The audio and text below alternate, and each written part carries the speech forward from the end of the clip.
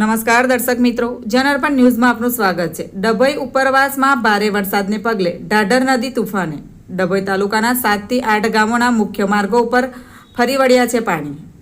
દેવ ડેમમાંથી પાણી છોડાતા ઢાઢર નદીમાં પાણીની આવક વધી।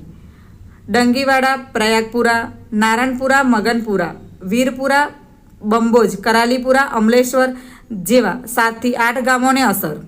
મુખ્ય માર્ગ ઉપર પાણી ફરી વળતા જનજીવન પ્રભાવિત। Bureau report, Janarpan news. આવા જ નવા સમાચાર જોવા માટે જોડાઈને રહો જનઅર્પણ ન્યૂઝ સાથે। અમારી ચેનલને લાઇક કરો, શેર કરો, સબસ્ક્રાઇબ કરો। ધન્યવાદ।